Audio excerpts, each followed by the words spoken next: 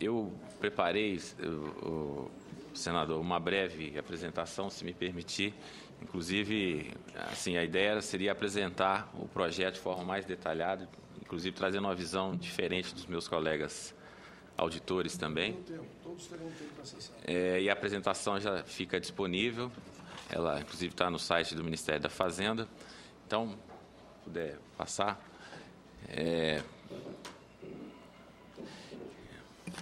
Bom, o projeto de lei número 2, né, que tramita no Senado, ele tem por objetivo, isso está, inclusive o projeto está em conta no Congresso Nacional desde 2007, então não tem que se falar em velocidade, em pressa do governo, quer dizer, ele está disponível para o debate desde 2007. O objetivo dele, como muito bem disse o senador Paim, é regulamentar e dar eficácia à emenda constitucional número 41 de 2003, e ele tem por objetivo recompor o equilíbrio da Previdência Pública, né, procurando garantir a solvência de longo prazo, recompor também a capacidade de gasto público em outras áreas, né, sobretudo nas áreas sociais.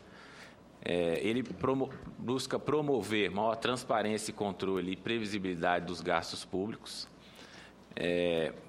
Além disso, busca dar também tratamento isonômico, sobretudo nas regras de previdência dos trabalhadores do setor privado e do setor público e da iniciativa privada. E, além disso, né, como uma externalidade positiva, vai se criar um novo investidor institucional, então capaz de investir na infraestrutura, em empresas brasileiras, e quando a gente escuta assim, não, mas o FUNPRESP, pode passar, por favor, pode passar. O FUNPRESP ele vai investir em Kuala Lumpur, em outras bolsas. Nós temos que entender que hoje, por exemplo, na Bolsa Brasileira, 15% dos recursos que são investidos nas empresas brasileiras são dos trabalhadores brasileiros. 20% da dívida pública brasileira são dos trabalhadores brasileiros. Então, na verdade, nós temos que entender melhor o mecanismo da acumulação que é feita em fundos de pensão. Pode passar. Bom, o objetivo, então, já disse, é regulamentar o dispositivo da Constituição e aí instituir o regime de previdência complementar para os servidores públicos de cargo efetivo. Pode passar. Mas antes, senador Paim, nós temos que entender um pouco essa diferenciação dos regimes financeiros que tratam a Previdência. Então, nós temos, na verdade, 3 regimes financeiros. O regime de repartição, que é utilizado em regime, sobretudo regime público, no INSS em regime próprio, é aquele baseado, na verdade, no sistema de caixa. Ele recebe contribuição e paga a contribuição, ou seja, ele não acumula. Nesse regime não há solidariedade de gerações, então as pessoas mais novas estão pagando pelas pessoas de idade avançada que já se aposentaram. O regime de capital de cobertura, né, em que você vai acumulando na medida em que os eventos de previdência ocorrem, e o regime de capitalização, em que você acumula, né, para exatamente poder pagar benefício no futuro. Isso já existe no Brasil hoje, tanto na previdência fechada, de fundos de pensão, quanto na previdência aberta. E aqui há o conceito do atuarialmente justo, quer dizer, você só vai receber o benefício que você acumular. Pode passar. Só me permita eu destacar aqui o senador Cristóvão, um senador que não é do DF, é um senador que é do Brasil, tem compromisso com todas as causas. Seja bem-vindo, senador Cristóvão. E eu tinha dito, reserva uma cadeira, porque o senador Cristóvão vai chegar aqui. Está aqui. Por favor, doutor Ricardo, continua com a palavra. Pode passar, por favor.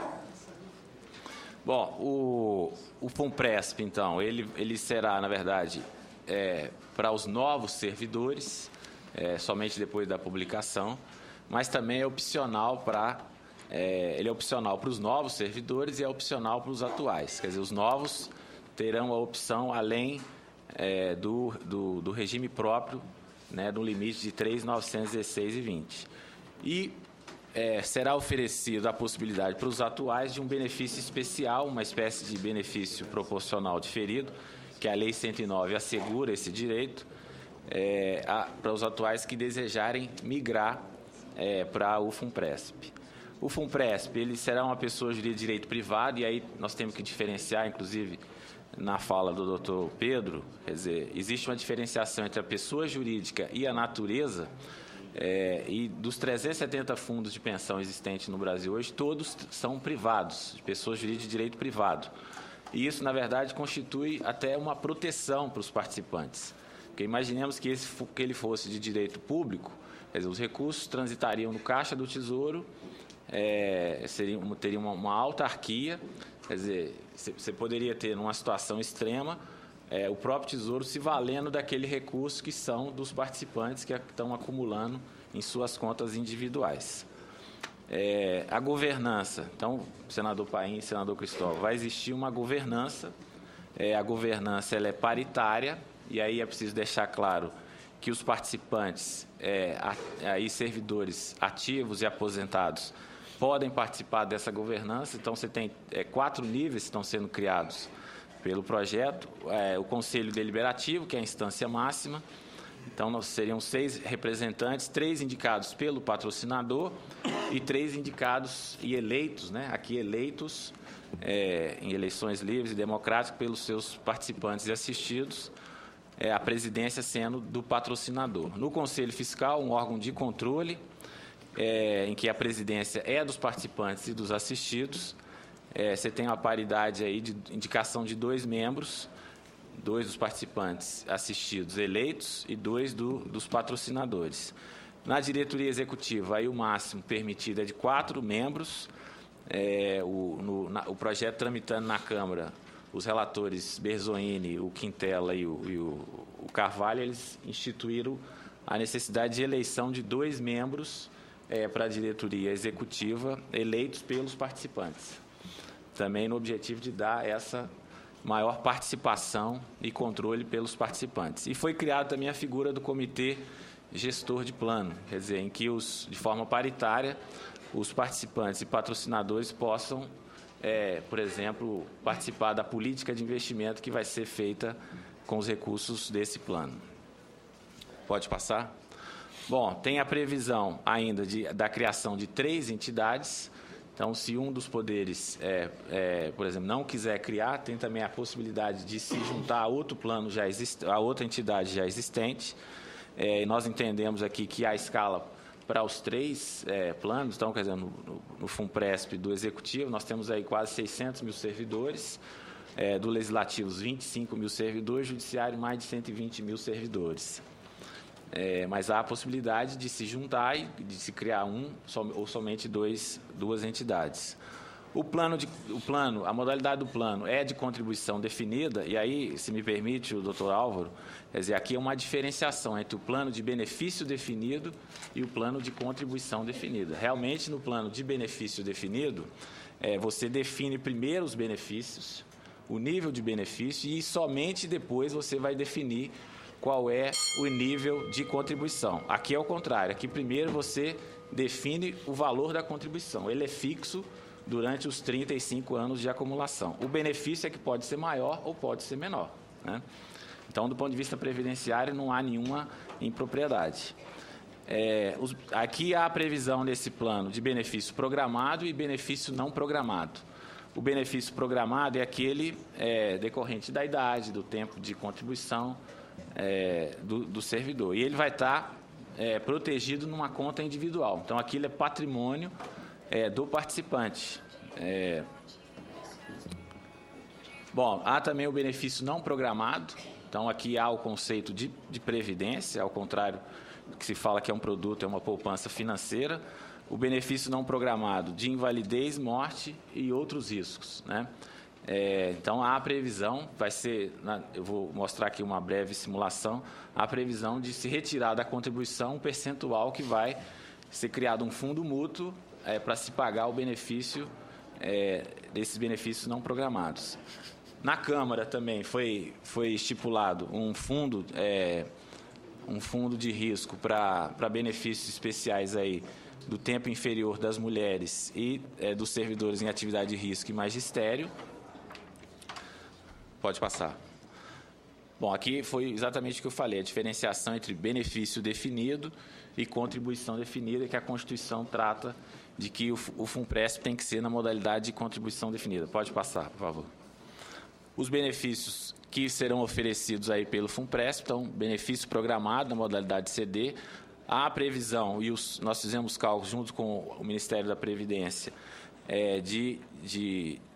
há uma estipulação do prazo de recebimento desse benefício de 25 anos, se isso é CCD, até porque a tábua utilizada foi uma tábua bastante conservadora, mas há a previsão também de se pagar um benefício que a gente chama de longevidade, ou seja, de sobrevivência. Quer dizer, se o participante aposentado viver além daquela tábua estipulada, esse fundo de risco vai continuar pagando o mesmo nível do benefício. Aposentadoria por invalidez, na modalidade de benefício definido, pensão por morte do servidor aposentado e do servidor ativo, e os benefícios que serão pagos pela União, o benefício especial, a licença e os auxílios que têm caráter trabalhista. Pode passar.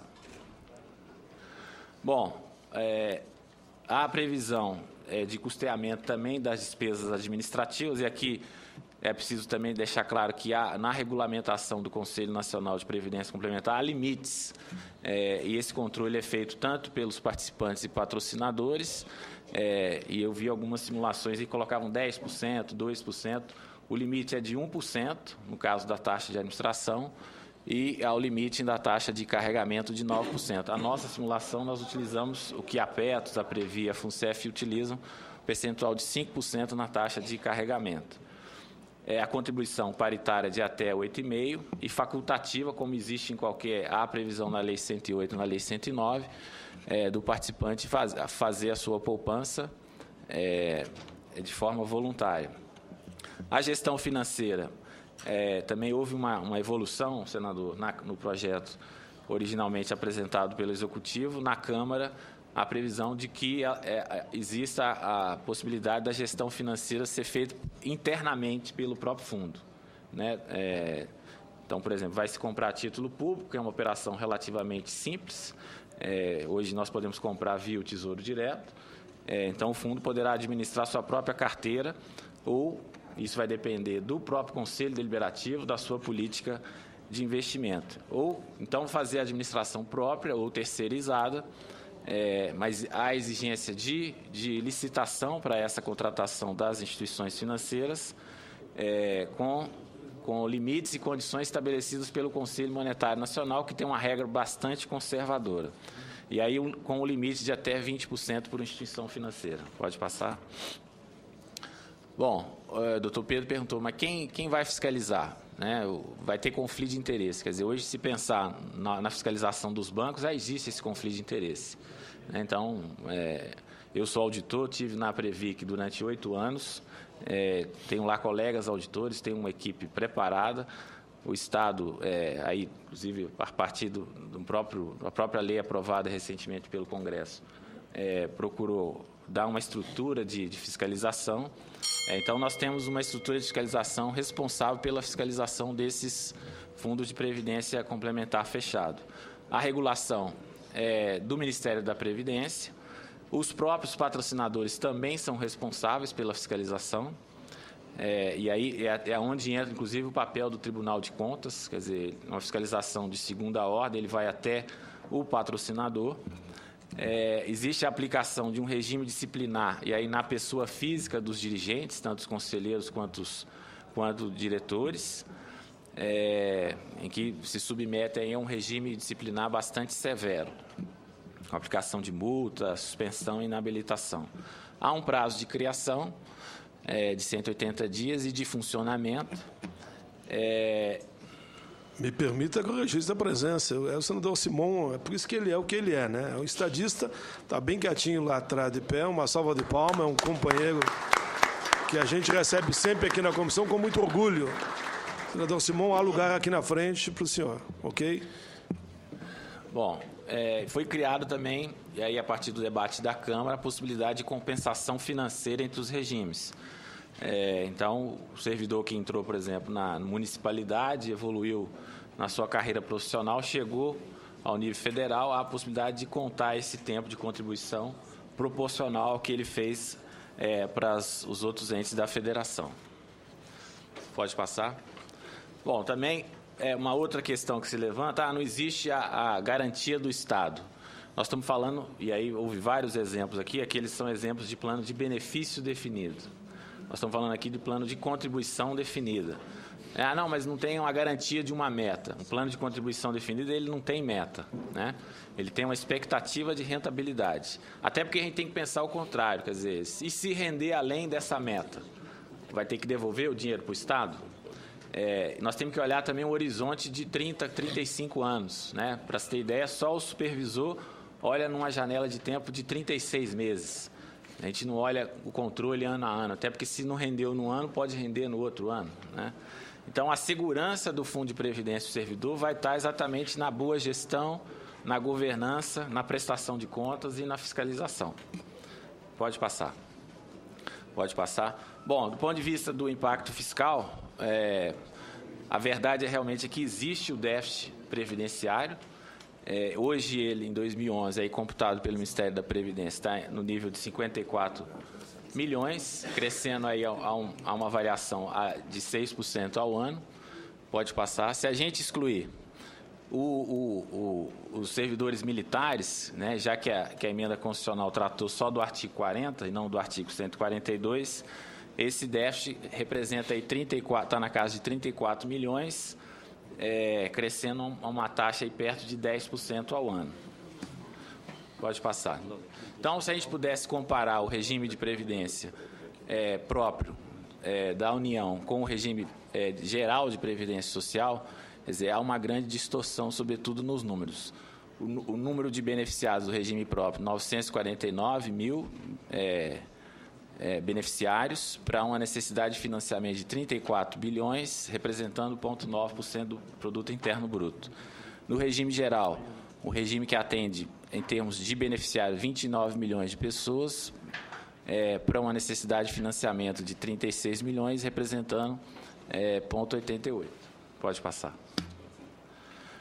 Bom, outra questão importante que foi levantada, inclusive no debate da Câmara, era de que o projeto de lei ele feria a lei de responsabilidade fiscal. Aí, senador, se me permite, nós fizemos lá no Ministério da Fazenda, junto com a Secretaria do Tesouro, vários exercícios observando a lei de responsabilidade fiscal. E realmente o resultado, assim, no quadro mais conservador, mais estressado, não existe esse impacto na lei de responsabilidade fiscal, seja para os entes, seja para os órgãos, como trata a lei de responsabilidade fiscal. Então, nenhum órgão, nenhum poder ultrapassa os limites, seja os 3 limites legais, de alerta e prudencial da lei de responsabilidade fiscal. Ele tem um baixo impacto fiscal, vai ter um impacto fiscal nos primeiros anos, com certeza, até porque nós vamos ter uma transição, né, no regime atual com o regime novo. Então, para a gente ter ideia, quer dizer, os órgãos que mais estão perto daquele limite da lei de responsabilidade fiscal eu trouxe aqui 2 exemplos. O TRE de Roraima, que está na faixa de 69%, e o limite é de 90%. Então, ao instituir o FUNPRESP, chegaria a 74%. E o TRT de Teresina, na situação atual de 72%, nesse exercício com o FUNPRESP, chegaria a 77%. Pode passar. Então, como eu disse, quer dizer, vai haver esse impacto. Então, durante a fase de transição... Doutor Ricardo, permita que eu explique ao plenário. Se perceber que estou dando um tempo maior para ele, porque ele aqui representa o governo e faz sua exposição. A maioria das entidades tem uma outra posição que depois vamos no debate. Então,